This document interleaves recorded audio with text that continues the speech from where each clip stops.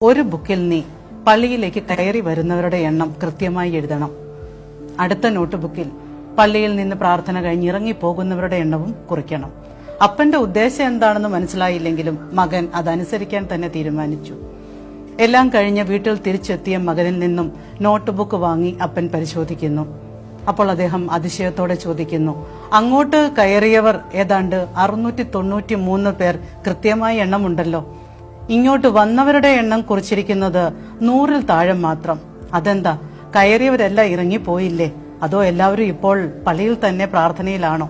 അപ്പോൾ മകൻ വളരെ നിസ്സാരമായി പറയുകയാണ്, അങ്ങോട്ട് പോകുമ്പോൾ എല്ലാവരും ഓരോരുത്തരായിട്ട് കയറിയതുകൊണ്ട് എണ്ണാൻ എളുപ്പമായിരുന്നു.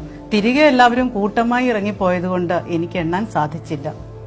അപ്പോൾ അപ്പൻ മകനോട് പറയുകയാണ്, ഇങ്ങനെയാണ് എന്റെ കയ്യിലേക്ക് വരുന്ന പണത്തിന്റെ കണക്കും. ശമ്പളം വാങ്ങി ഞാനിവിടെ എത്തുമ്പോൾ നിങ്ങളുടെ ഓരോരുത്തരുടെ ആവശ്യങ്ങൾ, വീടിന്റെ ചിലവുകൾ, രോഗിയായ അമ്മയ്ക്കുള്ള മരുന്ന്, മറ്റു ചികിത്സാ ചിലവുകൾ, ഇതൊക്കെ കഴിഞ്ഞ് എനിക്ക് ഒന്നും തന്നെ മിച്ചം വെക്കാൻ സാധിക്കുന്നില്ല. ഇങ്ങോട്ട് കൊണ്ടുവരുമ്പോൾ പണത്തിന് കൃത്യമായ കണക്കുണ്ട്. തിരികെ പോകുമ്പോൾ അല്ലെങ്കിൽ ചിലവാക്കി കഴിയുമ്പോൾ അതെങ്ങനെ ചിലവാക്കി എന്ന് എനിക്ക് പോലും കൃത്യമായി പറയാൻ സാധിക്കുന്നില്ല. സ്വന്തമായി ഉണ്ണാതെയും ഉടുക്കാതെയും മരുന്ന് പോലും വാങ്ങാതെയും ഒക്കെ കുട്ടികളെ കഷ്ടപ്പെട്ട് വളർത്തുന്ന മാതാപിതാക്കളെ അധ്യാപന ജീവിതത്തിനിടയിൽ ധാരാളം കണ്ടുമുട്ടിയിട്ടുണ്ട്. പ്രിയപ്പെട്ട മാതാപിതാക്കളെ, നിങ്ങളുടെ കഷ്ടപ്പാടുകളും ബുദ്ധിമുട്ടുകളുമൊക്കെ കുട്ടികളെ അറിയിക്കുന്നതിൽ യാതൊരു തെറ്റുമില്ല. അവരും ബുദ്ധിമുട്ടുകളൊക്കെ കണ്ടു തന്നെ അറിഞ്ഞു തന്നെ വളരട്ടെ. നിങ്ങളുടെ ഏറ്റവും ലളിതമായ ആവശ്യങ്ങൾ പോലും മാറ്റിവെച്ച് അവർക്ക് വേണ്ടതെല്ലാം നൽകി അവരെ സന്തോഷിപ്പിക്കാമെന്ന് കരുതുകയും വേണ്ട.